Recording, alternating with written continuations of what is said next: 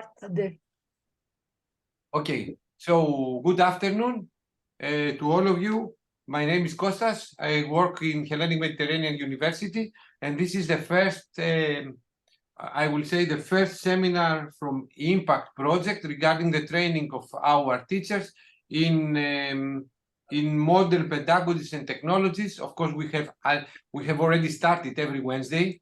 Every Wednesday at 9 CET, we present through our colleague Elena Mistrahi the artificial intelligence tools that they can be used within higher education. But this is the first, let's say, kind of workshop regarding also European higher education era tools. But they are very important for the next stage of the higher education, not only in Europe, but also through our collaboration in Impact. For those that you don't know, Impact is like a virtual exchange program that promotes the synergies and the collaboration, of course, virtually, of students and staff in order to develop soft skills, but also to develop, through the development of soft skills, also the technical competencies regarding tools and pedagogies in higher education. It's a project that involves universities from Europe and also universities from Israel and Morocco. So we, at this stage, during the first year, we try to promote through our activities the training of our teachers on how to teach online, on tools like this one, like Microcredentials, artificial intelligence tools in higher education, blockchain. We're going to have during the week the first lecture, introductory lecture in blockchain technologies from a colleague from Greece, and we will continue and we will update you as a part of this, let's say, extended family.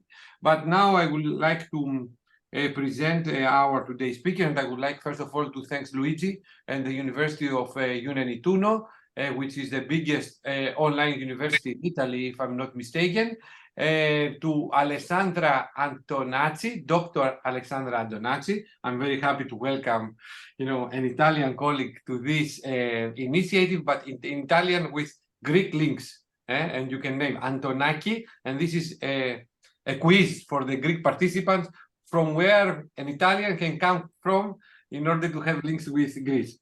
She's the program manager of European Association of Distance Teaching Universities, so include a very big association of online universities. And I think that this is the most appropriate person to start our discussion and training through the Impact, and also through the Athena European University and the HMU network and all of us here, in order to start this discussion about these terminologies that we are exposed every day. But I don't know if it is very clear to all of us what do they represent and how we can use it. So the European approach to microcredentials. The floor is yours, Alexandra, and then from now and then you are the boss in order to handle the discussion. Okay, many thanks, Costa. So as you heard, there has been a very detailed introduction about me. For those that are not from Greece or Italian, what Costa was referring to, in principle, I'm from a very small part of the south of Italy, that is Puglia.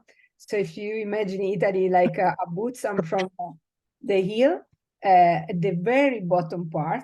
And we've been colonized by Greece for many, many years. So if you go in that part of Italy, it's like being in Crete or Santorini, they say. And my surname indeed has a Greek origin, as well my DNA. I'm more Greek than Italian. But despite so, I don't speak Greek. So I'm just a very simple European person. So I am Italian as origin, but I live and work in the Netherlands. So the European Association of Distant Teaching Universities is located in Maastricht, so in the south of the Netherlands. And today I'm going to present to you what we have dealt with so far in the field of microcredential. But as I don't know you, we are starting with an ice-breaking exercise. So if you could go on menti.com from your device or whatever you have, a computer will work, a telephone will work as well. And then you use this code if you find more comfortable for yourself using the QR code, you can use that. Just let me know if you manage. I leave it there for a few seconds, and then I will share the screen showing you the other presentation on Menti. So considering I don't see well your reaction, if you have problem, you have to speak up or write it in the chat. And somehow, Costa, if you could give me a hint if people are requiring for help or something, because by sharing the screen, I don't see the other. Yes, don't worry. Don't worry. For the moment, please go to thementi.com, and if you would like Alexandra to share the responses with another screen, it's up to you. Yeah, I can. Sorry, no. I'm gonna share now the other. This one is where people should come in. So it is important that you join. So you just click menti.com, and then I should see you appearing. And then the code you have to insert is this one, 71394152. I will try to copy it again. It doesn't allow me. Aspetta.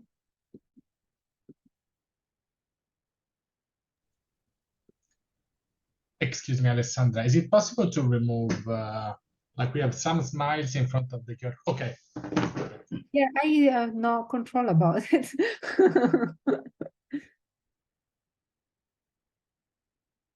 I'm trying to digit on the chat but I don't see the chat. I would like to write in the chat the code. So if some of you access it, there, okay. Code, then maybe people can just copy it. 71394152. It is just a question from where you are joining us. It's nothing complicated. So you should appear here. Alessandra, we received the question, what is your position role at the university, not where you're from. So you're in the wrong slide. I think we received question in your slide number 3, I think, because you have an error there. You there from one. No, we didn't get this first question. Only this one? Okay, that's also fine. So the first was only like okay, let me then see. So you don't see this one actually? From which university are you joining? You don't see it? Hello? Don't know what was I also saw the question about the role in the university directly. Directly that? That's strange. We see, please wait for the presenter to show the next slide. Yeah, no, let me figure it out first why you do see only half of it, and then I share it. Give me a second. Just bear with me. Ignore what you see it. I'm sharing the screen just to facilitate. We are having a second of problem, so bear with me. It's part of the technology. I'm trying to share all of this. Share, okay. And then I will put this code in the chat. So just ignore the previous one.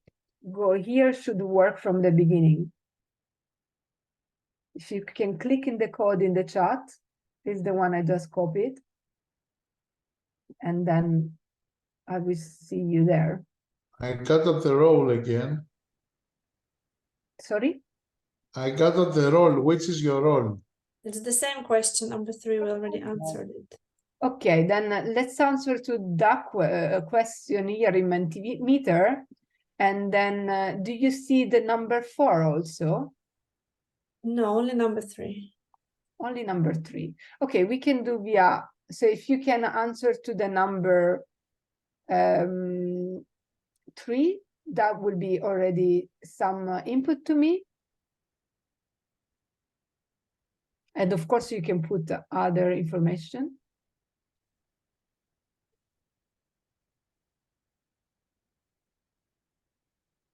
I see now what is happening. Okay.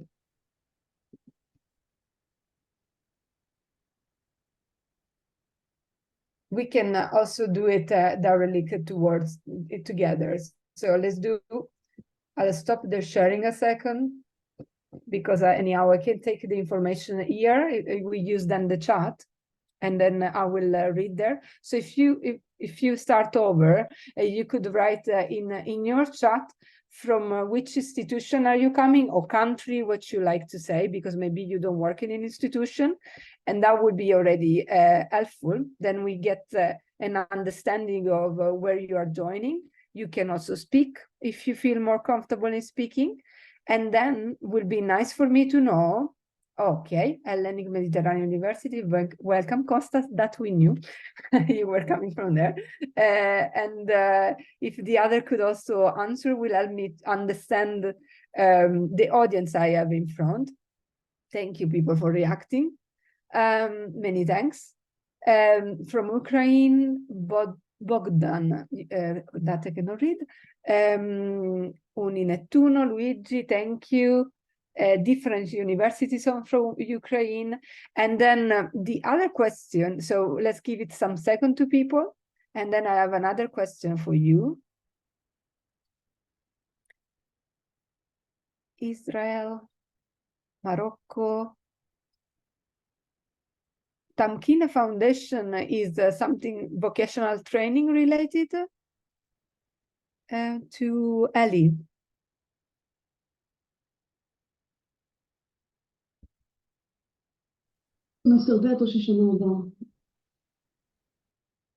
Sorry, Davida, I didn't understand what you said.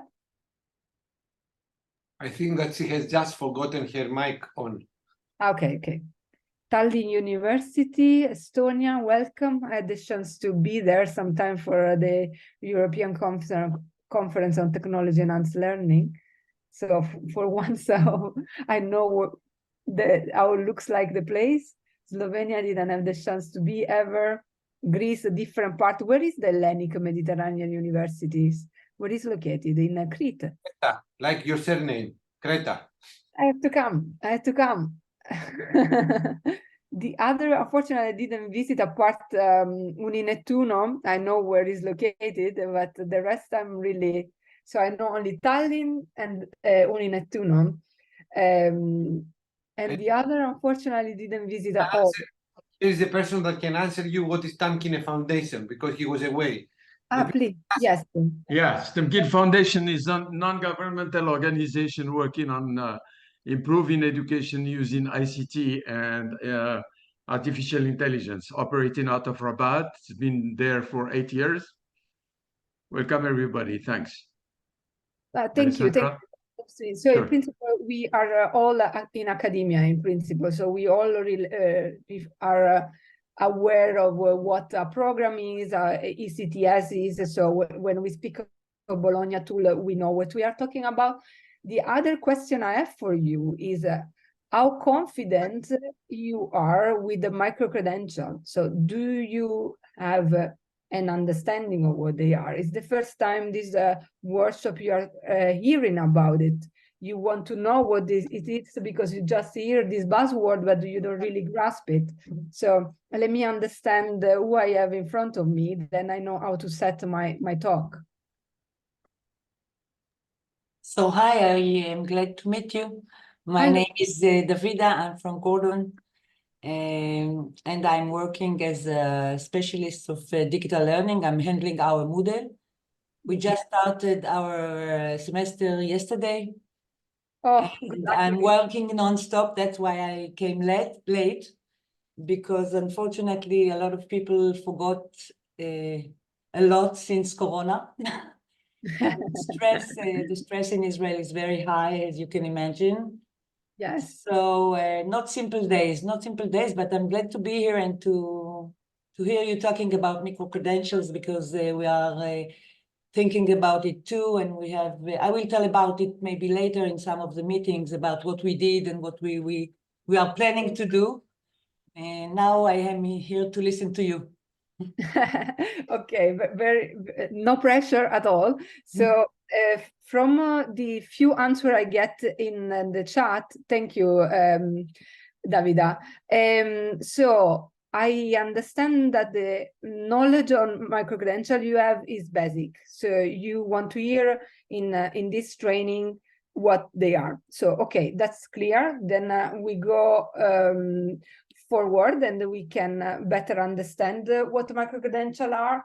So I will give you when this, because I didn't put the references in the link in my presentation, there is always explain from where I'm, so if I'm making an example of something from where it's taken, but then if you want to read more and know more, first of all, you can write me. Second, I will give you the references, then you are autonomous and can learn by yourself, which sometimes is the best thing. So I'm going to share again my screen and my presentation. I want to tell you, I know I have an accent like everybody of us. So if you don't understand what I'm saying, or I'm going too fast, please block me, because I didn't know what audience I had. So I'm adjusting my presentation in the go. So it could be that it's clear to you, but also not. So please feel free to interrupt me, and I will try to explain in other words. So why do we talk so much of microcredential? In principle, there is a world that we live in, and this world is very complicated. The labor market requires people to upscale their knowledge very fast and keep up with this movement. And offering that is available with the traditional university is very long and is not, let's say, in line with what people and society need at the moment. So it's been clear that there is a gap, and this microcredential,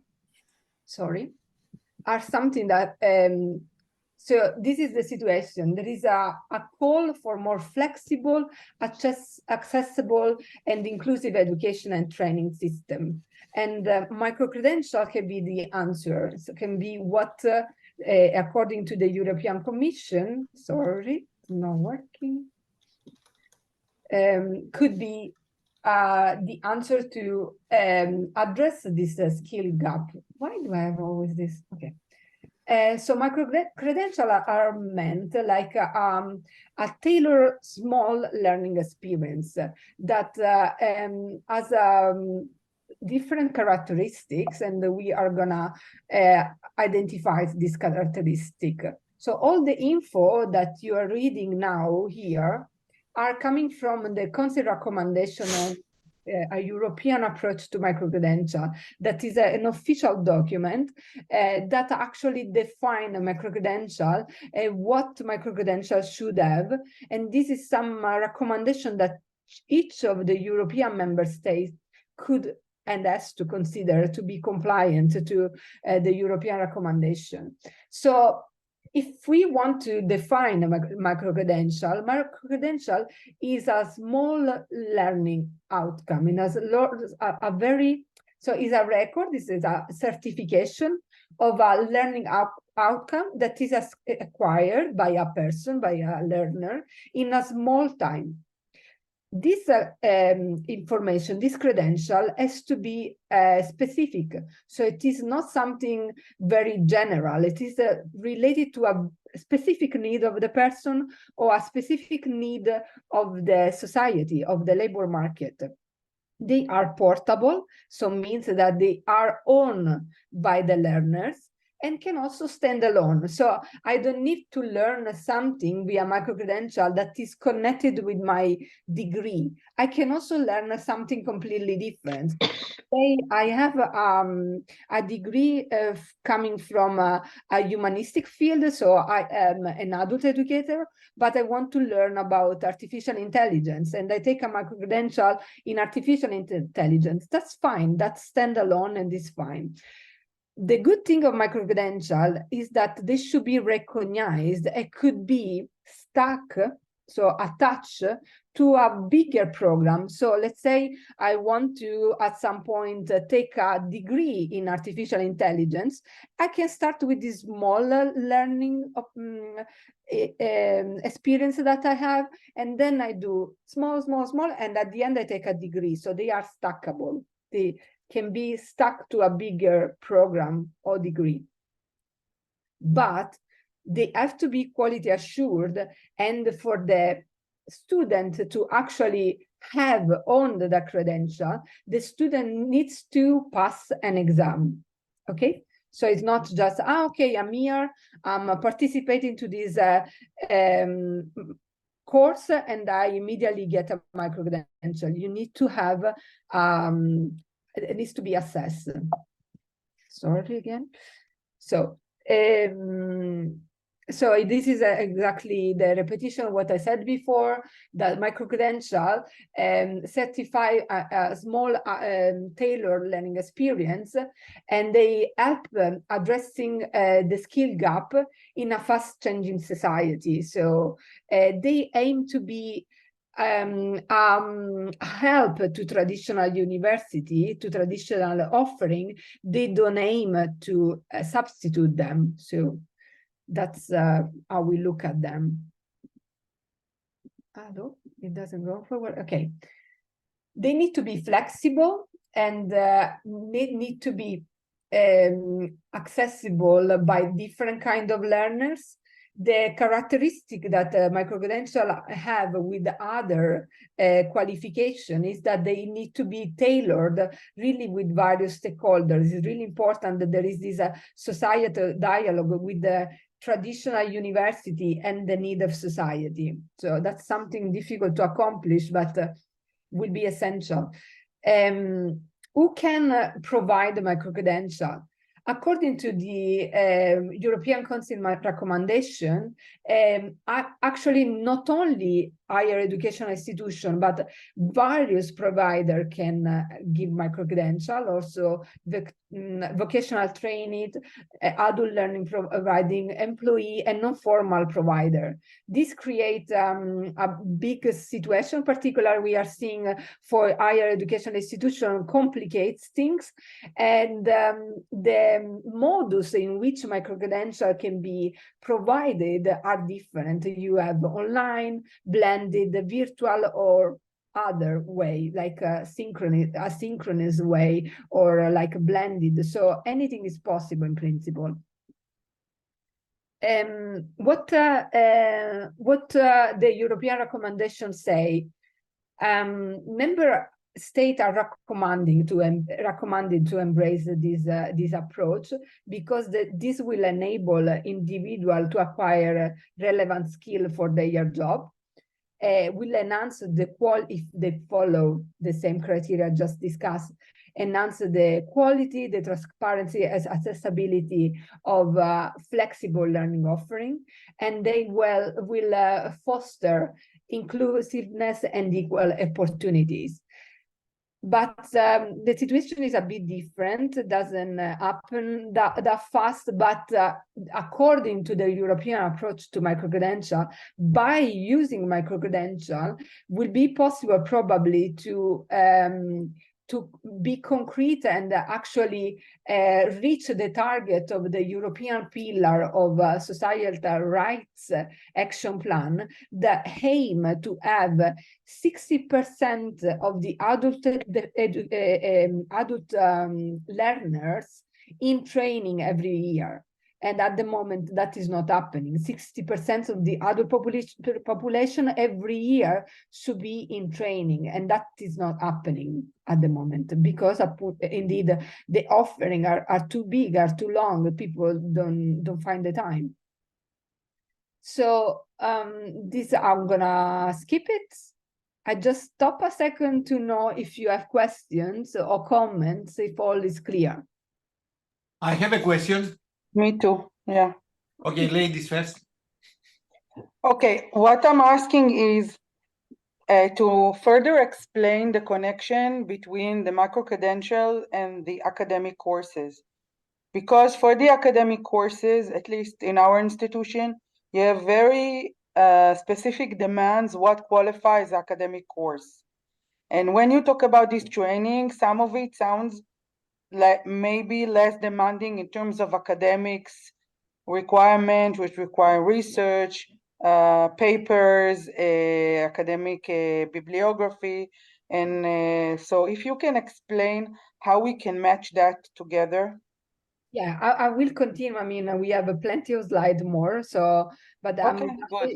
no, sure. I'm glad you did this question, Nava. So, in principle, there is not. It's not that because something is shorter, that should be less qualitative. You know. So, when you design a microcredential program or course, you have actually in academia, we always refer to ECTS. We always have to give the chance to this course or program to be evaluated by internal or external quality assurance, depend how your institution works. And also for this small volume of learning, every higher education institution is required to actually leave a diploma supplement. So you don't have to imagine microcredential like a simple certificate. It is a lot more. And to reach it, to get it, you have to pass an exam. So that has to be designed by the instructional designer. The resources and everything is welcome, of course, but that has depend on your institution, on how you do things. But of course, I would say it would be the same. And you have to have this diploma supplement, let's say, that tells who is the person that on the microcredential, how many CTS was that microcredential, what the learning objective has reached.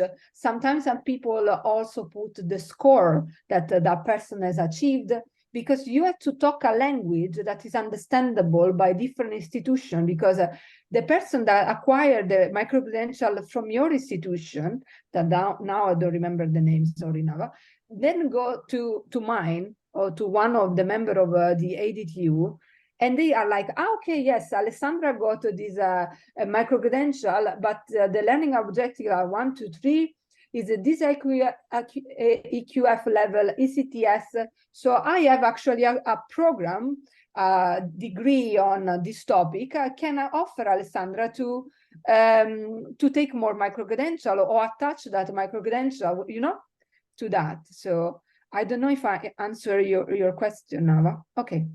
I see Ellie, but also another person before.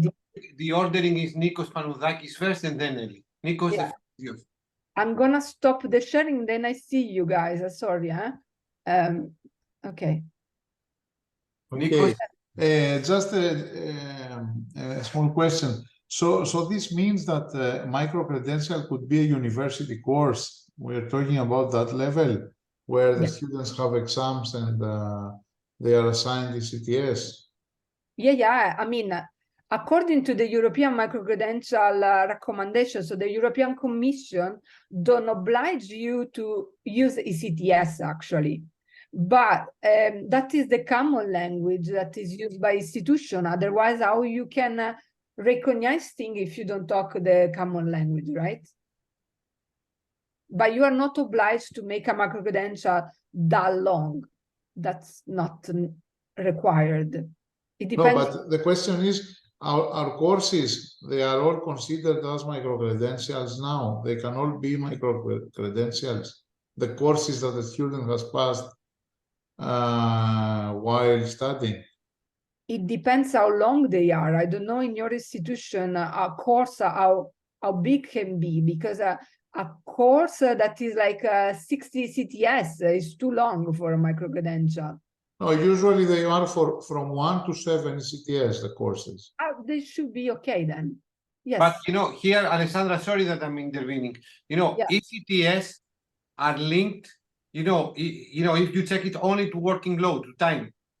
You know, my credentials here includes everything, you know, includes time, learning outcomes, quality assurance. ECTS One ECTS is 25 working load. This is the definition. So microcredential is something more. The microcredentials, however, you know, and this is my question, but I will wait at the end. How do we define this short learning outcome? Is there any definition? I think that probably this will help also my colleague from the Technical University of Crete, Nikos, you know, to his question. How do we define short learning outcome? Because I know that one microcredential, in order to reply to Nikos, could be our lecture. One lecture can be one learning, it could be one microcredential. One learning outcome from the many of a course consists could be a microcredential. But what is the definition of the short learning outcome, Alessandra? Excuse me, Kostas. Alessandra said that there must be exams. Yeah. Get a Exams, you know, exams. So a lecture could not be a microcredential in that sense. So it's a very good question. No. Exams should be accompanied, even, you know, after one lecture. I'm giving a lecture, I connect this to a microcredential because a dentist would like to learn about fundamentals of lasers of this specific lecture. I have exams in order to quality assurance, you know, what I'm providing to them. So, I mean, exams are always there. ECTS, you know, I don't know, it's like, it's a smaller thing. Unfortunately, Costa, I don't have an answer because we are investigating this also with 10 other higher educational institutions, online and non. And it depends on your institution. I know it is a very big answer, but it is true. It depends on how you are gonna create an offering that is successful for your target audience, and what will work in the Netherlands might not work in Greece, you know. It depends really, as it is connected with the labor market. And I see that Ellie was waiting for long, and Davida also has a question. I will go through what the data that we have from the MCE, and maybe that could be helpful for you because it's a practice that we have. But Ellie, please, sorry for letting you wait this long.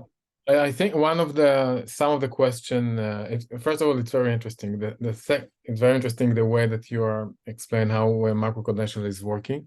And from my perspective, it's interesting to know what's the collaboration and the connection between different institutes that share this microcredential. I believe you will mention that maybe in the next few slides, and how it works between these 10 universities that you mentioned, or higher education university.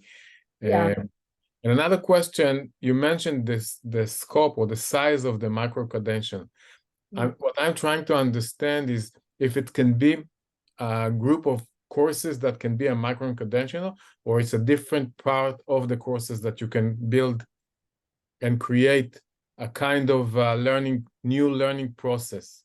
Sorry, Ellie, go ahead. Okay, so that's the two questions that I have. But so, according to the European Common, the European Council recommendation, microcredential can be anything in principle. They give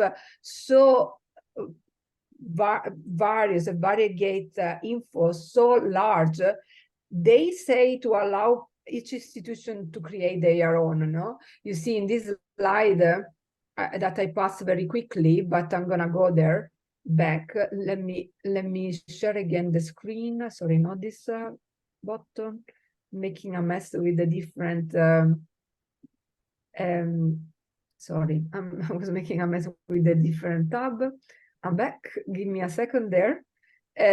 So here we go. So this I didn't present to you, but I'm gonna do it now. So do you see it? Mm-hmm. Yes. Yeah. According to the European, so these resources, the adopted proposal for a council recommendation, that's what is called the European approach to microcredential. The recommendation they write, the European Council, should be implemented in accordance to the regional, national, even the union legislation. You know, depends really on your country and on your institution, but it's important that what you do respect a certain principle. So like institutional autonomy, academic freedom, subsidiarity. I'm not going in detail, but you know, is an official document. What might be helpful for give you an answer is let you know that you are not alone. Also, in the MCE project, other institutions are struggling with the same situation. So, and we don't have one answer, but we are working towards it. So let me go in, unless there are more questions, I'm gonna speak of the MCE project. But Rhonda would like to speak. Rhonda had a question or a comment. Am I right? yeah, I stop the presentation. Not Rhonda, Davida. I'm confused. You know, they are from the same university. Yeah, same Sorry, institution. sorry. Same institution. I feel there is a bit of confusion, and because the difference between micro-credentials and different sort of certificate diploma is that they are built on the blockchain technology and they are given electronically. Now, you can use it for whatever you want, okay? You don't have to have an exam in order to have a digital badge for something. But for some more, let's say, exclusive badges that you earn, like micro-credentials, will acknowledge your passing a certain academic or a professional endeavor, okay? And you will be able to show it to the world. This is the idea. So the meaning for the higher institutions is that we are still giving like papers, okay? So certified first degree, whatever, okay? And you can have it in a file also, but the method in which you accredit those micro-credential, like short courses, is by digital, as I say, open badges. This is the more large technology. That's what I wanted to say. However, Davida, because you mentioned that, you know, it's not requested the assessment, there is a very big question, you know, from the UNESCO blue paper about micro-credentials. There are a lot of questions about the quality of micro-credentials, because then, you know, everyone can provide, you know, with what quality. So assessment, I think this is the answer, but an assessment should be accompanied these digital badges that are secured by the blockchain. I think assessment is essential for the people to trust and the universities then to use them. Without assessment, it will be a challenge. Yeah, and if I may just comment on what David just said, according to what the European Commission says, a micro-credential can also be not digital, but I see what you mean, and there is a lot of the open badges are being discussing for many years, and now there is the European digital approach to micro-credential that refers to what we all know by Aeropass. I don't know if I'm still there. Do you hear me well? Yeah, very well, very well. Don't worry. Am I still there? Yes, you were a bit low and you came back. Yeah, indeed, I saw my video frozen and I had a moment of panic attack. Alessandro, I see you. Just give me 1 second, I finish the sentence. And we are also discussing that within the MCE project, if it's the case of giving some micro-credential using the Aeropass. So at the end, the person will have an electronic sealed credential that is not an open badge. It's still digital, but it is a different setting completely.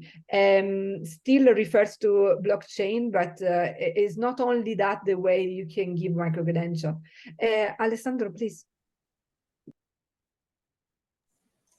Thank you, Alessandra. Just to add something on top from university perspective, and just to greet everyone in the project we didn't met before. I am from Uni-Nettuno, but I'm working in MCE project too, and we started working on short programs, and this new form of didactic offer from higher education institution in Europe for addressing labor market needs with programs shorter than 1 year, 2 years, 3 years program that were the usual programs provided by university in Europe. As per the single micro-credential, the single course, if you look at the European recommendation, the recommendation from the Council of Europe, we can say there are three attributes that allow the microcredential to be mutually recognized at higher education level, so among universities. One is the workload, and the currency is ECTS. The other is the level, because you can have ECTS, but you can have ECTS as a foundation level or a bachelor degree level, master degree level, PhD levels. And so we need to state which level of the EQF framework the specific microcredential is. And in the case of higher education institutions, this ranges from EQF level 5, foundation courses, pre-bachelor courses, to EQF level 8, that is the maximum level and correspond to doctoral level. So courses or microcredential that has as a requirement for admission a master degree. The third point is the topic. In Italy, we have the scientific sectors, but in other countries, there are different categories and structure in order to identify what the course is about in terms of discipline of scientific sector. So if it's mathematics or it's Latin paleography or is business management. So these three components should let a third institution in higher education understand, okay, you have 5 credits at EQF level 6 in business management. I can recognize that credential because it's provided by an institution that can provide ECTS credits as a university level course of 5 credits at EQF level 6 on that specific topic. In the first version of the European recommendation, this was the playground. Then in the update of 22, they introduced the possibility also for vocational training institution to provide microcredential, and therefore the provision of ECTS became not mandatory but optional. Of course, in our projects, since like in MCE, since we are all universities, we work having in mind ECTS and higher education institutions and EQF level from 5 to 8. But this openness from the second version, the second release of the recommendation, introduced in the same landscape also training institution not able to provide university credits. So mixing up a little bit. And about the digital credentialing, Open Badge or the Europass are possibilities, but for the European recommendation, providing digital credential is recommended, but not mandatory to have a microcredential. Just that. Okay, Alessandro, you mentioned... Can I comment something on what Alessandro has mentioned? May I say just something to Alessandro that my presentation was not finished, by the way. So I spoiled. Excuse me. Constantine, go ahead. So I think that, on what did I understand from what Alessandro has mentioned and from what I have heard, microcredentials includes all the story, because through the learning outcomes and through the competencies that the microcredentials lead, because this is another issue. It's not only the learning outcomes, it's like the learning outcomes and you go to another level that the European Commission had provided tools, the competencies that, these learning outcomes they provide. So this is like, a lot of taxonomies about competencies. So I would say that microcredentials, they say all the story. Also, they include by the phrase that you are going to use the learning outcomes, the level of the course, if it is 5, 6, or 7 or 8. Recently we have awarded an Erasmus Mundus, and in the course catalog, I wrote down the learning outcomes and the quality assurance. The Germans, they came to me, you should rewrite the learning outcomes in order to reflect the level of the course. So this type of phrases that you are using, and I think microcredentials, they can the verbs everything mainly linked to competencies. This is like my understanding, but let's leave Alexandra to say more. I'm gonna continue, give you some example, and then I prefer to discuss instead of talking all the time. I will say just a moment, because I have this bad habit. microcredentials are ideal for multidisciplinary departments like NAVA is driving. Because if I would like, I'm a physicist and would like to follow an entrepreneurship, I can go follow 2 lectures or 3 and get, the respective, learning outcome regarding this. It's very flexible. This is the way. And it's portable. I think they should be digital because this gives the portability, the transferability together with blockchain that secures the paper that is original. Let me say just 2 things, then I continue what I have for the MC because I want to show you that part. Definitely the European recommendation didn't clarify the situation. They actually were so vague, so to embrace everything, they were so general that didn't give you really guidance, and the people are seeking for it. And the other thing I would say, I agree with you, Costa, because with the technology advancement that we are experiencing now, just look at artificial intelligence or generative AI, definitely the digital way should be the future, and it is gonna be, also for university per se or for the Green Deal, you are not gonna use paper so much. But let me share again the screen, and I saw your comment was NAVA, and I think I have some example. Let me arrive. So let me just, I will not go present all my slide, but I want to give you an overview of the work that we have done in the MCE project. I hope you see my screen now. Do you? Yes, we see the presentation open. It's not presented, it is open. I'm gonna put it in the presenting mode. So I want to speak to you about the MC, that stands for modularization of continued education and professionalization via microcredential. That is this project in which also Alessandro Caforio, that I was speaking before, works too. So Uninettuno is project partner here. We started in April 22. So the European approach to microcredential was approved in 2022, and then we started the project. So it was just a good timing. And the partnership is the following. As you see, there are many online university of Cyprus, Uninettuno, the Open University of the Netherlands, Catalonia Open University, the Hellenic Open University, UNED is a Spanish online university, Aberta is Portuguese, Universität in Hagen is German. Q11 has a lot of experience in online university, but it's actually a campus university. KTU is like a technical university online base as well. So pretty much is our sector, and EADTU, the European Association of Distance Teaching Universities, coordinate this project, specifically me.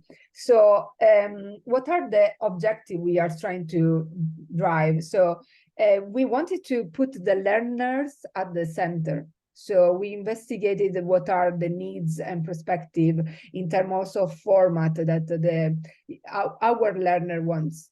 As well, we wanted to understand what is the maturity, the status in which higher education institutions in the partnership are, to then help them develop policy for microcredential.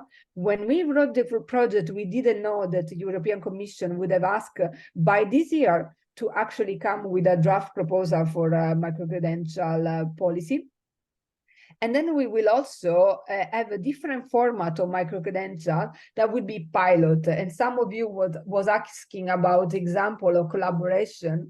There will be a lot, because we are collecting in all these work package that we have evidence that would be the base for the policy development. So it won't be only on a theoretical base, but on evidence on what we are experiencing in the project. So let's start with what we have done for the learner perspective and institution.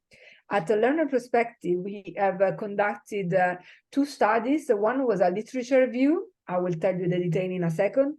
And the other was a focus group that also I will detail in a second. Starting with the literature review, we have conducted that in 2022. So the years that we look into was 2018-22. And we had 48 articles, and what came out was that the drivers of learners towards microcredential are the following. So they want a very short course that help them increase employability. The format they prefer is online, but this is also because the main resources was coming from MOOC offerings, so there was not so much available in the literature. Sorry. While for the focus group, we had involved, they were conducted this past year in principle. We have had the 26 session run in the partnership with 117 participants. And so we use a mixed method. So 129 people completed the survey, but then a less number was involved in the focus group. So we lost 15 people. Based on the data that we got from the survey and from the focus group, we managed to write our final report. And I can now inform you on our results. So in principle, looking at the data, we could describe the sample in 3 different kinds of people, learners. So we had the one that was the upskilling person that wanted to follow a microcredential to actually professionally improve. So they really wanted something short, online, immediate, that was practical, and had a certification. So it was really important having a microcredential. While the other was a senior reskilling that was looking more at microcredential to connect with other people just for personal curiosity, and their certificate was not really important. And then we had the junior career starter, you know, that was the one that was looking at microcredential like a way to improve the curriculum and find a job. So for them, it was really important having a microcredential. So you see a very differentiated kind of setting. And what came out from the data was that people didn't use the term microcredential.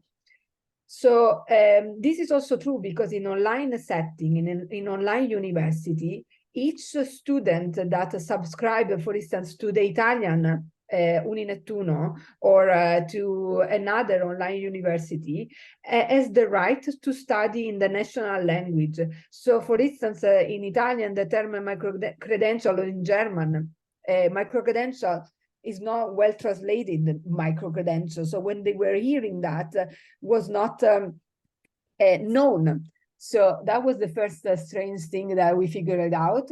And also the primary drivers was so people were following microcredential as we can expect it because they want a career improvement or personal involvement, you know, personal reason.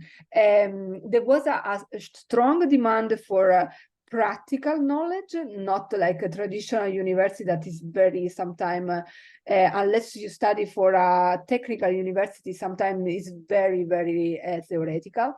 And they wanted something that lasted short time, so 2 to 3 months, part-time possibly, because the audience we had were mainly people that were working, so lifelong learner.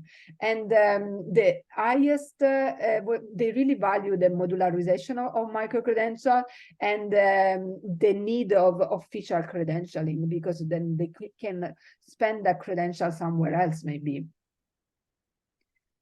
From what we have gathered from the learners study, we have derived a recommendation. So first of all, it's important that it's done within the institution robust marketing and outreach to companies to better understand how to describe in your institution microcredential. Other thing, it is important that university produce this microcredential in a flexible way, keeping in mind that learners have really various needs. Furthermore, it is really recommended to establish a rigorous quality assessment system that consider different stakeholders. Indeed, the microcredential should focus on inclusivity from one side for the learners, but from the other side should consider the employer stakeholders, because microcredential needs to be spent in the labor market. So multiple stakeholders are important to be put in the picture at the moment of policy description. This is the same concept, and it's important to also define within your institution a diverse funding model. So there are microcredentials that sometimes are very expensive, so to enable all learners to be part of it, they should have different funding opportunities. And that is very dependent on the national law as well.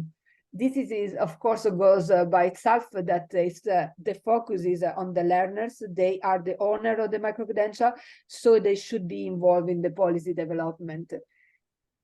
So this is more a wrap up of what we were discussing so far. Now let's go and see what we have learned towards in our project at the MCE.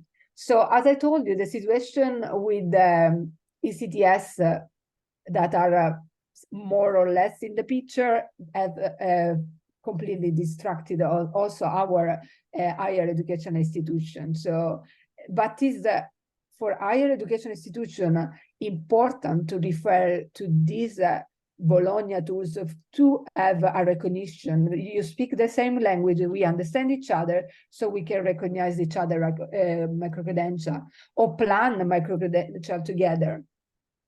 In the study conducted within our project, MC Alessandro actually wrote the report, Alessandro Caforio. We had collected 19 examples of microcredential that we call case studies.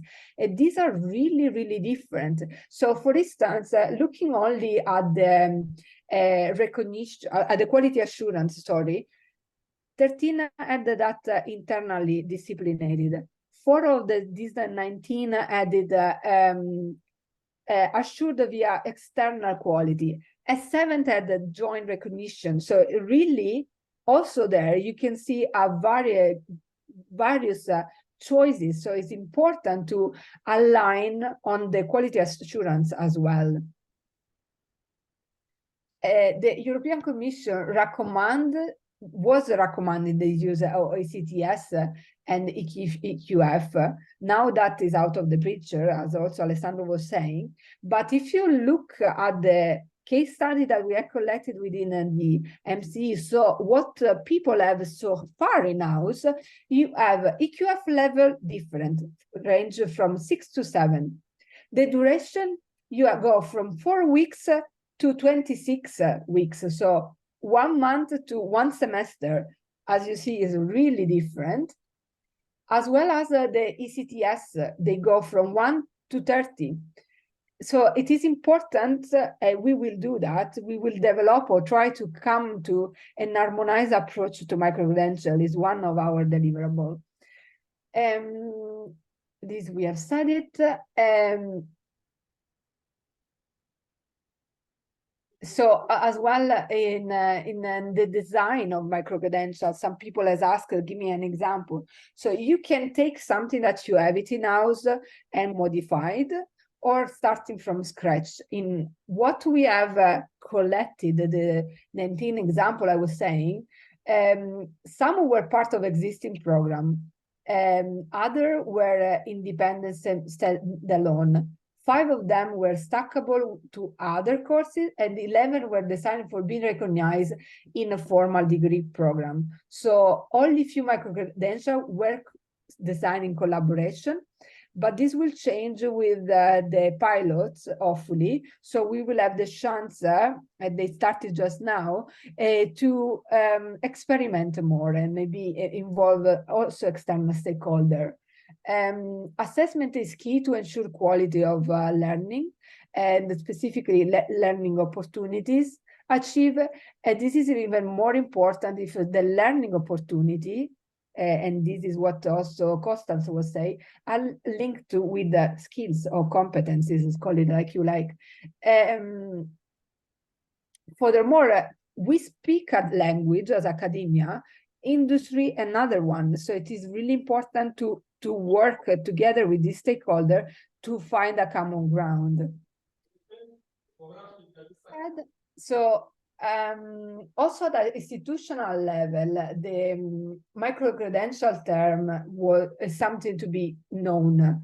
The higher education institution have to incorporate the micro-credential in the lifelong learning policy or continual professional development, and all partners needs to work together with the regional and national employers to understand their voice. Almost all microcredentials offered in academia in our project are ECTS based, as you can imagine. Only few microcredentials are generally offered in English, and this is in line with the mission of each institution we represent as ETTU. So if you are a German institution, you have the right to speak in German, to teach in German. Most microcredentials are funded through student fees, so this is back to the business model, and mostly they are internal evaluated, and it is important to plan better the quality assurance. So I'm wrapping up. The European higher education institutions should be encouraged to embed the microcredential into their lifelong learning strategy and promote lifelong learning and employability. This is something the European Commission requires. Would be ideal to have a involvement of all the stakeholders, so industry partner, employer, or labor market representative, and the learners. Don't forget the learners. The involvement of the vocational training and no ECTS, of course, has complicated the situation, but what we are trying to do at the MC is to talk the common language, let's say, using the Bologna tool. So we speak as referring to ECTS, EQF, diploma supplement, and all the things that were mentioned. There is a problem that by involving the labor market, and particularly people that are seeking for a job, will look at microcredential and spend a lot of money to find that job. Look, for instance, what happened with the MBA. Of course, there are different situations there, but it's important that in designing microcredential and the business model that is chosen, it is related to look at equal opportunity for everybody and not create inequality. Technology, as I said before, will probably play a role and definitely improve more the way in which microcredentials are designed and microcredentials are issued. By 2023, a European institution needs to come with a draft proposal for a European, for a microcredential policy. By 25 they need, no, in 5 years, sorry, not 25, in 5 years they have to have that policy stabilized. This is a way for us as MCE, for each institution involved, to play our role at national level. So we are really working towards that, and we are now in the moment of really experimenting and learning from each other. Specifically, we are doing an internal seminar really for collecting the need or what institution in the MCE need, and find an answer, because as I said, by this month, a draft proposal needs to be ready. And then we will learn from experience as well, because we will have our pilot. We are working on that. It's what is happening in these months. So I stop for now, because I know I told you many information, and I ask you now for questions. So I stop the sharing as well. I have a comment. Can I? Sure, of course. Yeah, I think that, listening and keeping some notes, that micro-credentials is the original, let's say, statement and the most secure way for student-centered education, because the students, they can select and design and they follow their learning path. On the other hand, I will say ECTS is more university-centered education. So can we make this statement, or it's too much? Because with micro-credentials, of course, you know, they will need the university's professors, someone to consult them, like a tutor, like someone like, you know, more mature. But the students, they can go to a university and they will say, I want to learn this, I want to go this way, I don't want to learn physics, I would like to be a programmer in Google. I can go to the university and follow these micro-credentials in order to achieve the competencies that Ellie's company want through a university. Otherwise, you place the students, probably there's a lot of questions, a lot of publication, too long studies, like 5 years, 7 years. If you go to Italy and Greece, probably they can stay 8 years, you know, for 5 year studies. Look at me. I mean, I study until my PhD, so I'm an example of long-lasting learning. I'm still learning. We learn for all life. So I think what the European Commission is trying to achieve is giving a tool that enable flexibility, because in life you can need of learning physics, but then I don't need to just subscribe to a degree program. I can just learn a little piece I need, and then I go to the other piece I need, and then can be that is stackable to a bigger degree or not, you know. I think jobs are becoming so flexible that somebody with a background in physics is teaching about micro-credential. You know, it depends on the person, not what you know only. Also the experience, so the knowledge that you are acquiring as well is relevant. You don't learn only via going to school, right? So that is also important. And yeah, I don't know if I have answered to what you were commenting. Maybe to add to this, it's what Costas' remark is, if I understand it, it's the industry motivation or it's the higher education motivation. That means if we have a micro-credential for the industry profit, you know, needs, or the higher education need. And if it's the higher education need, that means in the end we will have a degree. But and not only that, just to add to what Ellie was saying, is that us as a academic department, if we get someone, I know it intends also for people who are coming at a later age to complete their education, all that. In an academic degree, we don't have that. We don't have someone who can come for, you know, to do 2 ECTS and go home. We don't have this format. So again, there is this is what I meant with my first question. There is a little bit of we need to find a creative way how to embed that, so that someone from the outside can join a project which is academic and still take something which is not fully towards a degree, as Ellie said. That's what I meant, or referring like define your business model is exactly that, you know. And this, of course, bureaucratic, and understand in terms of procedure how to address that, because I understand if a person come and do just one course, do I have to register that they have a number or identification number? I meant I understand I don't do that for my job, but I see that give a lot of headache to the administration. But I think what is important, what the European Commission here want to stress is like that it actually should not exist such a big difference. You know, we are completely towards academia and labor market. You speak completely different language, and I see when I started working, not everything I have learned was of use. Was already old, some stuff. So particularly if you refer to ICT, it is really important that you stay updated, but probably that field already work with this kind of modular education, and it is to be learn a way to speak similar language, because then the learners will not need to choose, do I do something that give me a job or give me knowledge? And it is really like a way to make academia or generally learning flexible according to the time. Alessandro, please. Just to share some personal view and also some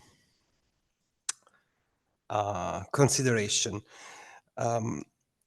Starting with a personal view, personally, I think that higher education formal programs, so bachelor, master degree, PhD, in the European way should be as they are also in the future. So with also this more theoretical probably, but also more transversal capacity to give students not just professional competencies, but to change their mindset and to give to them the capacity to readapt to the changing landscape of the job or what they will have as a challenge in their life. But anyway, as Alessandra was saying, now in the last 30 years, continuous professional development is a topic. And probably even if this is, and we experienced that, managed in completely different way if we compare European Union member states, at least in some cases, for some registered professions, let's say the doctors or lawyers or accountants, continuous professional training is mandatory, for example, in Italy, and in most of the cases is measured directly or indirectly through ECTS credits. For example, if you are an architect, you need to comply with 30 professional credits per year, but these professional credits, their value can be measured also in ECTS credits, and you need 5 ECTS credits to arrive to 30 professional credits. In other cases, this registered profession, for example, lawyers, they ask that the lawyer, the registered lawyer, acquired university credits, at least, I'm inventing, 10 credits in 2 years. So universities were already in the field of continuous professional development, but we didn't have, and we still do not have, a European standard for that. At the same time, other players, commercial players, were entering the same market without accreditation, institutional carefulness of a university. So we had these commercial players working in the same market for continuous professional development of people, of registered profession, providing ICT courses. There were other players too at global level providing directly their training. Microsoft, Google, Cisco, Oracle are providing their certification because they want the employees to be trained on their products, and this certification were acquiring and are acquiring more and more relevance in the professional world. So the European Commission started speaking with universities and understanding, would the universities in Europe like to regain a central role in the high-level training of professionals in Europe because they are losing grip? What we can do, okay, let's define a framework in order to let universities from different countries be able to share, communicate each other, to also to transfer credits in the spirit of European credit transfer system. Once you start to do that, for example, in Italy, universities are already providing short programs for lawyers, because most of these universities has a different, and we can also public universities, a different business line, because postgraduate education is profitable. Graduate education, so bachelor and master degrees, tuition fees in Italy are regulated for public universities, but postgraduate education are not. And they are interesting for a lot of people that want to keep themselves updated on a new technology, on a new regulation, on a new profession. But once you start to do that, and once you create a framework able to produce a standardized way to a short programs that can last like a single course in a program, so 2 months, or a shorter one or a longer one, but to be defined in an understandable way in the higher education system. The second step is, what if these programs are not meant just for already graduated people?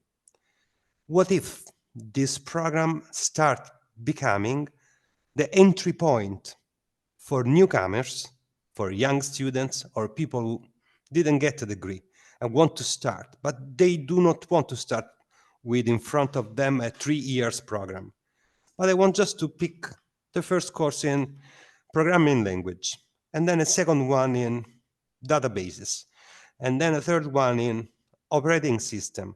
But they want to acquire these courses not just as professional certification, but as credits in their wallets, that at some point they can come back to the university and say, okay, I have 40 credits. Every credit is expendable in an ICT engineering bachelor degree. Can I enroll? Will they count as an exemption? If you provide them with ECTS credits, EQF level, and an accurate description of learning outcome, yes, they can be. And this is the stackability concept Alexandra was explaining before. So microcredentials got to be seen, in my opinion, by an higher education institution as an opportunity to modernize their educational offer, because in 5 or 10 years, there is a risk that bachelor and master degree formal solid program can look like old-fashioned. Yeah. I think the MOOC is one of, it's similar to that, the same idea that people like to learn from the MOOCs. You know, the microcredential movement pretty much started with MOOCs. So as the EADTU, we are part of the European MOOC Consortium. And with the MOOC platform, European MOOC platforms, for instance, Future Learn, that is known globally, and other, we started to speak of microcredential, and the EADTU, together with them, developed the common microcredential framework that is all academic based, so speaks of ECTS, DQF. I didn't introduce it today because it is not the standard of the European Commission, but is a guideline we have internally, and our members know that, and probably based on that, we will create, starting from it, we will create something that will be responding to the need of our sector pretty much online, but doesn't mean that cannot be extended externally. That's the hope, right? But at least we start from somewhere. Maybe another question, is there any connection, or the microcredential is recognized by either other universities or only the industry, or? I mean, the hope is that, and that's what is happening also with the pilot, the hope is that you create a program or courses, depend also there how long they are, that you do together with the other institutions. So, for instance, in a previous project, it was called European Short Learning Courses. That was the predecessor, let's say, of this MCE that also EDTU coordinated.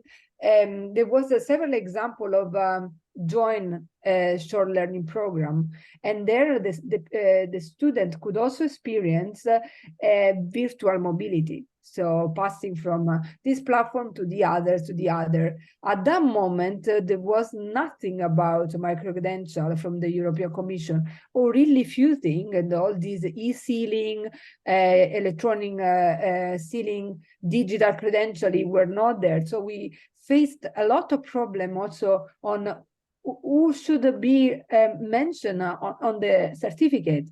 Am I issuing this? Is your institution together? Can we do together? Was really a lot. And I mean, if you are interested in this, Alessandro was also involved in that project that is right in the end, so he knows what I mean. But there are plenty of information, and we have also developed as EDTU guidelines for create joint learning program, join microcredential, standalone. So just come back to us and we will be happy to share this information. Alessandro first, Costa, and then you. Yeah, I wanted not to answer at policy level, but more at practical level. I work in a university, so if a student come to us, and it always happen, with 3 exams already taken in another university or in economics, we will recognize those exams and provide him an exemption if he or she would like to enroll in the economics bachelor degree. If a prospect student come to us with a course with no credits, no university credits, we will, in the best case scenario, recognize it as another activity, but no exemption in terms of exam.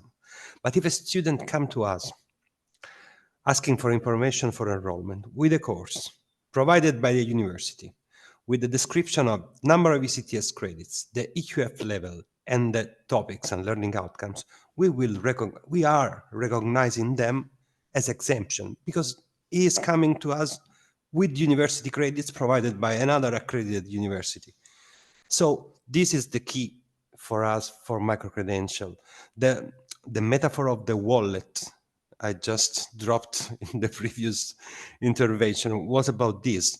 So transforming the structured program in something like the student can go on a university and picking off the shelf some credential, then moving to another university because he is more interested in the way the other university is approaching a specific topic, but collecting credits, giving for granted that they are university credits and he is or she is part of the ECTS system, so those credits will be recognized anyway from any other universities.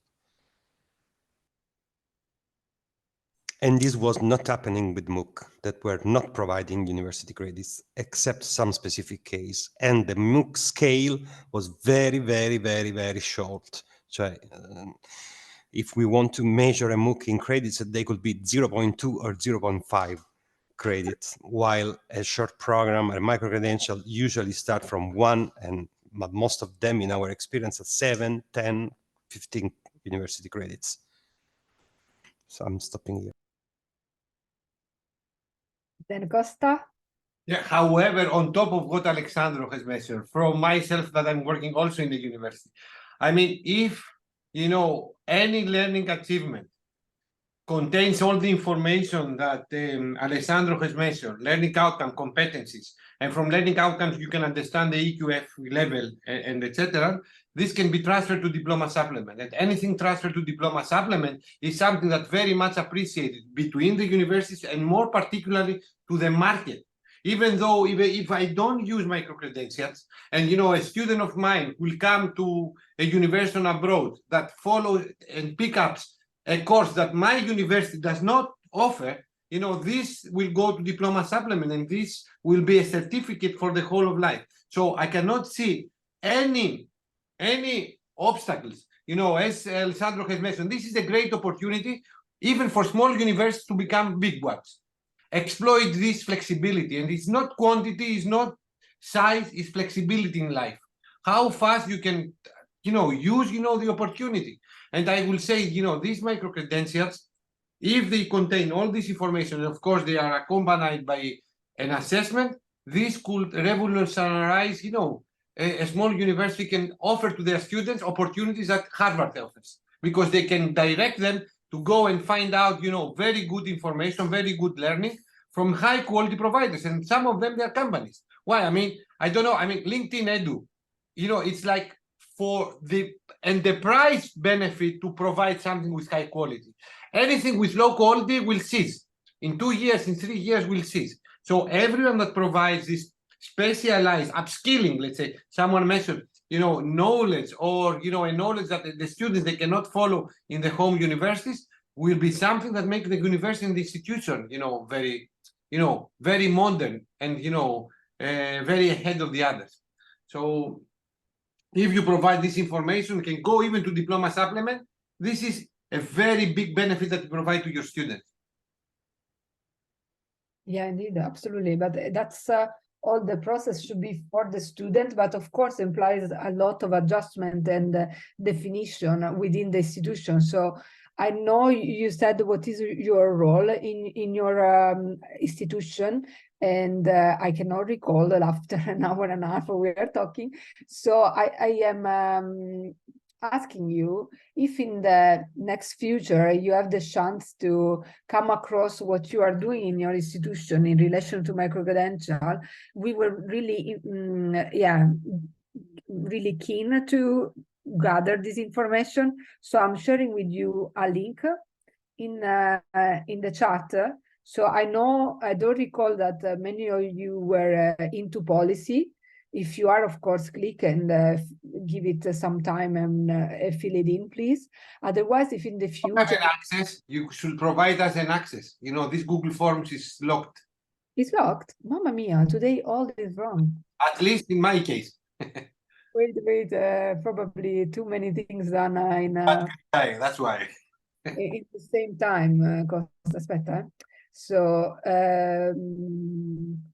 wait, so I'm there.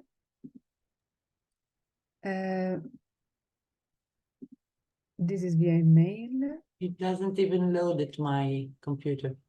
Oh, okay. Also, regarding until you will solve the technical issue, I think technology is something that will handle all this overburden of administration, because technology, Google Forms, online tools, they can handle all this kind of distraction within the university. So I will say that technology is like along us, you know, it's like a friend of ours in order to deal this. So it's not an excuse that, you know, everything will come upside down regarding bureaucracy.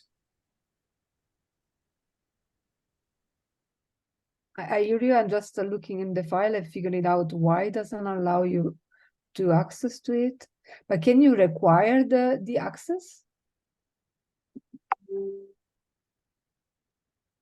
I have sent you a permission request.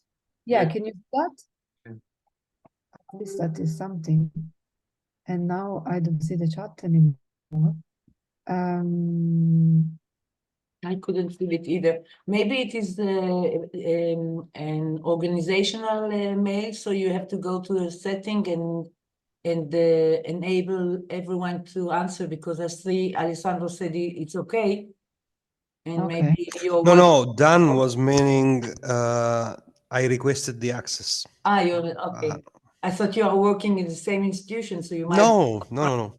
Same project. No, Same project, but different not same. institutions. Okay. But the same name also, so for Alexandra. We are even from the same region, so Greeks. So you are Greeks then, man. Both Greek. So didn't change anything with this. If you click New link. Yeah. No. That's loaded my No, it's strange. You send it via email and we'll answer.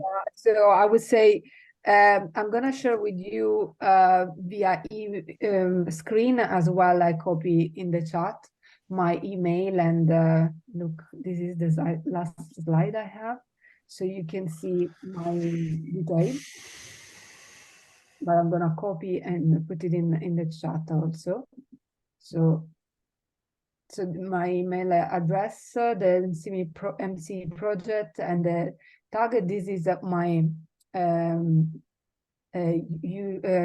Twitter or whatever X access that I might not use anymore, considering how the guy acts. But definitely I'm gonna share in the chat the email address. And you also could, if you don't find it, maybe you didn't copy, maybe you can write to Costa or Luigi, so who is your colleague in the project, and share your interest in filling in the questionnaire. I don't know what went wrong, but I don't manage to figure out in the middle. Please evaluate also the seminar. Okay, so you have also Costa. So maybe we can do the following, Costa. We could send maybe in few days to the participant the presentation and the link to the survey, and then in their own time they can fill in this survey with the info that they have in their institutions nation on policy level. If you have it, is not mandatory, but will help us learning what is happening also outside the MC consortium, so would be added value for us. I heard many of you are country that we don't represent, so would be really gold for us. So far, my presentation is finished. I don't have more questions, but I'm willing to go back and revise something, discuss more, and something is falling in the meanwhile. Sorry for the noise. Okay. Okay. Sorry. So it depends on the universities and on the institutions how they are going to define micro-credentials regarding duration, regarding learning outcomes or competencies that a micro-credential addresses. Am I right? Pretty much, yes. So you really need to define in your offering what is micro-credential. And then you say, you know, we go for what goes from 1 to 5. I don't know if the duration will be the one. Or you say, you know, the one that bring us money the most are micro-credentials. You know, it depends on you. We definitely, I can tell you, by next year, the end of next year, we will publish 2 other reports. If can be of help, as said already, you write me, but also on the MCE project, it is mce.eu, eatu.eu, mce.eatu.eu, you go in the outcome. I will say, but Alexandra, I will say the more the information you provide, you know, under micro-credential, the more flexibility to use is what I think that Alexandro probably said, I don't know. Because if you have information about the time duration, the learning outcomes, the competencies, this micro-credential can be used for university application, but also can be used for industry applications. So the more information, the more flexibility you are giving to this, let's say, portable tool, no?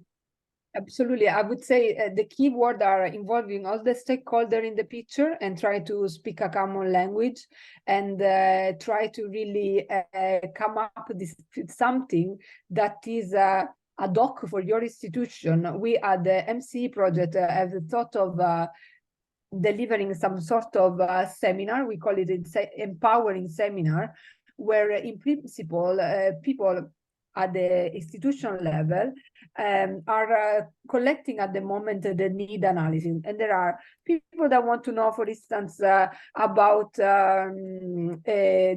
digital credentialing stuff, you know, how do you seal something, how my institution should move to provide a digital credential. Another thing can be, you know, I want to figure out at a policy level, do I have to go from one to more specific, you know, really specific.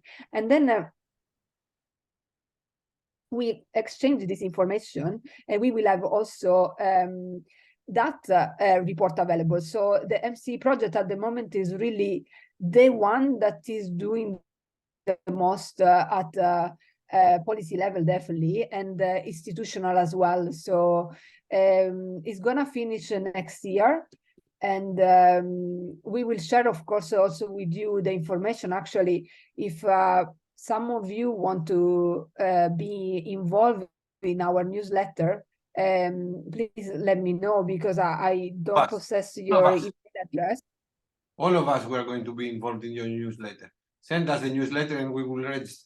But then send us the newsletter and we will register. Costa, then I still don't have on the website, we have some technical problem.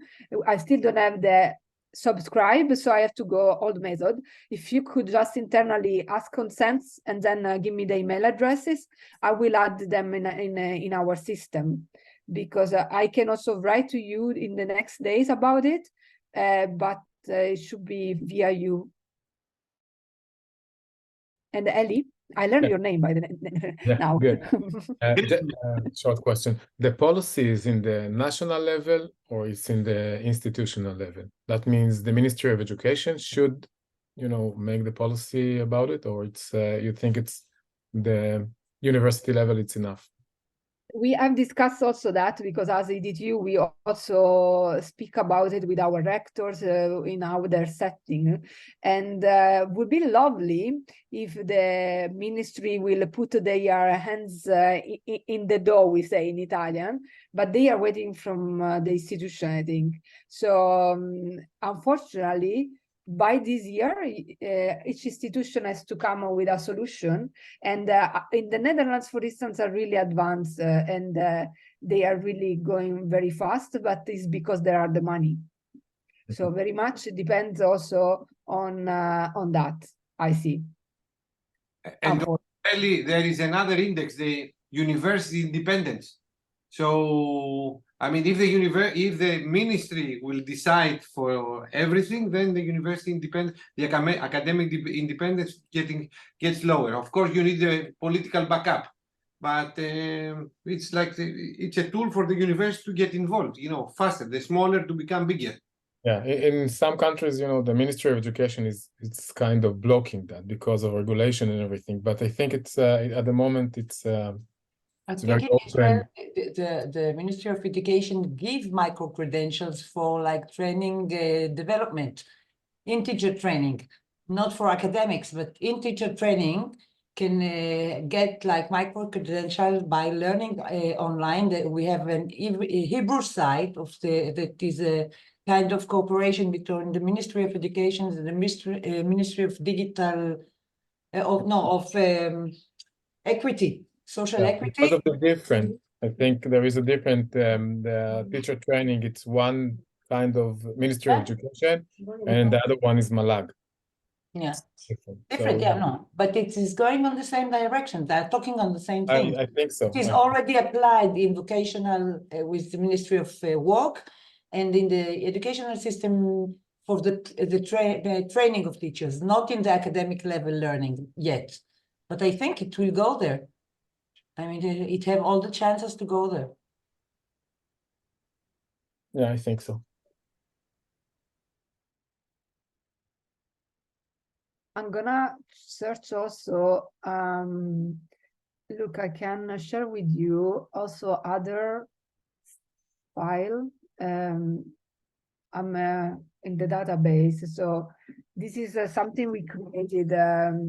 Inspired by a previous project, we EDTU, I mean, and is a model guidelines for the design and development of joint microcredential courses in higher education. And let me see if there is something that could be relevant also. I think like the project impact, the next thing that we should do is like to design the impact microcredential. Since, from the next semester, we are going to deliver things for the students, I think that we should, decide how do we define the impact microcredential. I think that this will be our next task. And Nicholas is asking something. Sorry, is there any policy regarding the admission of someone to attend a training that leads to a certain microcredential? You mean if there are like a requirement, a knowledge requirement for a person for a microcredential, or because that depends. I think he was nodding, right, Nico?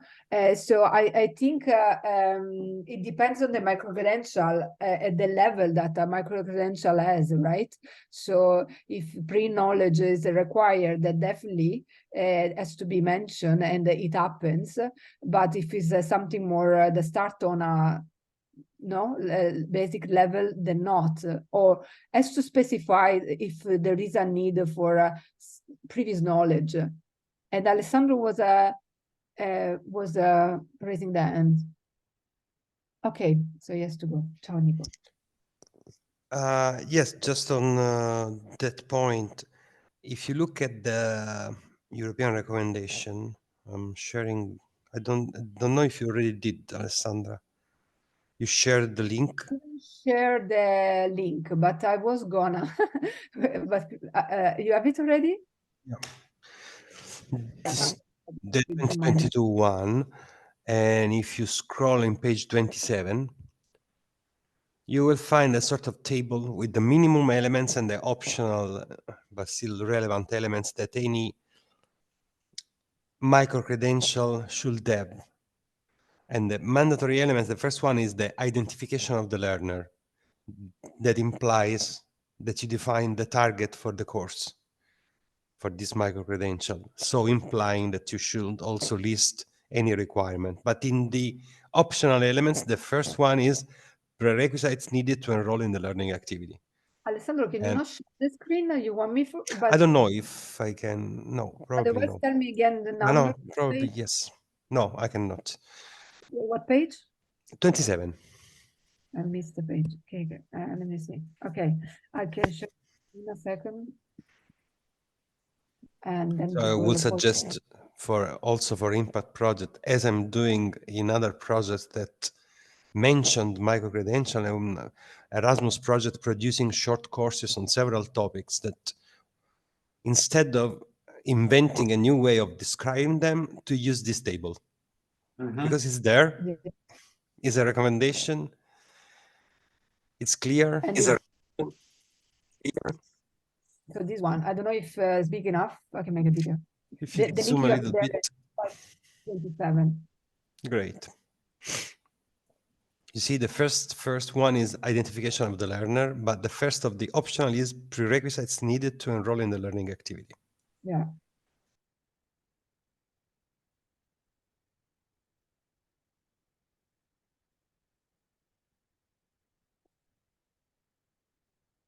Yeah, so you have other information below, but it's very detailed, this link, and I'll give you a short summary at the beginning with the general information, of course, and as I said, it doesn't give all the answer because the European Commission wanted to be as inclusive as possible, and you as institution have specific needs, so it will be available many reports next year for the MC project. We are struggling with the same, I told you. So if you have some questions specific, reach out. And many people are leaving, so probably Costa, we should wrap it up. Okay. So I would like to thank you, Alexandra, and Luigi and Alessandro for this insightful discussion. It was a lot of things. I think that they are more clear, and with the documents and your presentation that will be available through the Impact website. I think that we have a lot of things to discuss, but we have a clear guidelines how we can apply in this project, but also in our university. I repeat, this is a great chance for the universities in order to be more flexible and more aggressive in order to challenge new learners. I would like to thank you once again. The video will be shared into the Impact YouTube channel by today. And before we move, I would like also to renew our how can I say, appointment on Wednesday. Let me share my screen. We have our other activity, which is like related to education. So please, I will register to the Impact website and to the Impact Facebook in order to receive, the announcements. We have at 9 o'clock to 10 CET the continuation of the Artificial Intelligence Playground from Elena Misrachi of Perplexity, where knowledge begins and ready to upgrade your internet browsing. So Elena, if you would like to add something very shortly, very fast. No, I didn't mean to raise my hand. No, that's fine. Just join if you're interested in AI every Wednesday, 9 Central European Time. Excellent. So with this, I would like to thank you. Bonanotte, Kalinikta in Greek. I don't know the other language.